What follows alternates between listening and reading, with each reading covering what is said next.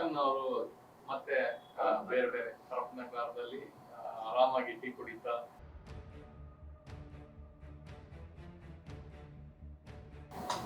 Cigarette ಎಲ್ಲ ಸೇರ್ತಿರೋಂಥದ್ದೆಲ್ಲ ಇದೆ.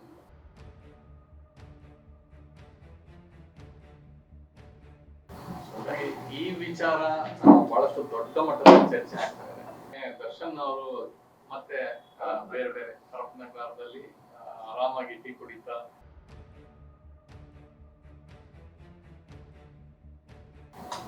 Cigarette ಎಲ್ಲ ಸೇರ್ತಿರೋಂಥದ್ದೆಲ್ಲ ಇದೆ.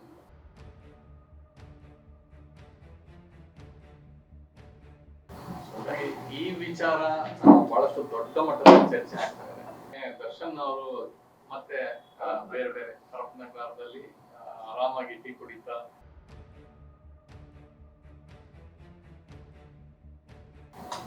ಸಿಗರೇಟ್ ಎಲ್ಲ ಸೇರ್ತಿರೋಂಥದ್ದೆಲ್ಲ ಇದೆ.